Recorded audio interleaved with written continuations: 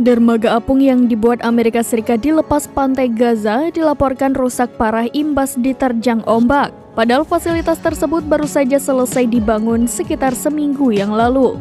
Dermaga itu seharusnya sudah beroperasi, namun kini pengiriman bantuan gagal total. Fox News Digital memperoleh foto satelit dan memperlihatkan dermaga apung di Gaza yang kini telah hancur.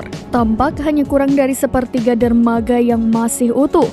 Selain itu, tidak ada tanda-tanda sisa bagian struktur yang lebih dalam. Adapun pembangunan dermaga buatan Amerika Serikat ini menghabiskan dana sekitar 320 juta dolar. Meski dibuat dengan harga yang mahal, dermaga ini hanya bertahan sekitar seminggu sebelum cuaca buruk menghantamnya. Pemerintahan Joe Biden pun gerak cepat guna memperbaiki dermaga tersebut. Hanya saja mereka tak menyebutkan kapan perbaikan dermaga itu akan selesai. Diketahui dermaga tersebut digunakan sebagai jalur pengiriman bantuan ke Gaza. Imbas kerusakan pada dermaga ini, Amerika Serikat terpaksa menunda pengiriman bantuan seluruhnya. 4 kapal yang menstabilkan dermaga terhenti akibat air berombak awal pekan ini, sehingga menyebabkan kerusakan.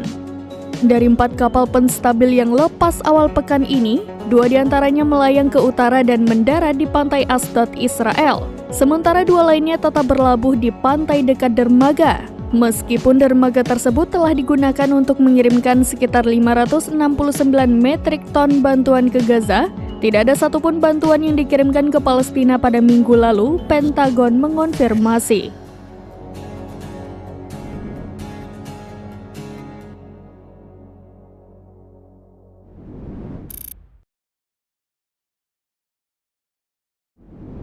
Download Tribun X sekarang, menghadirkan lokal menjadi Indonesia.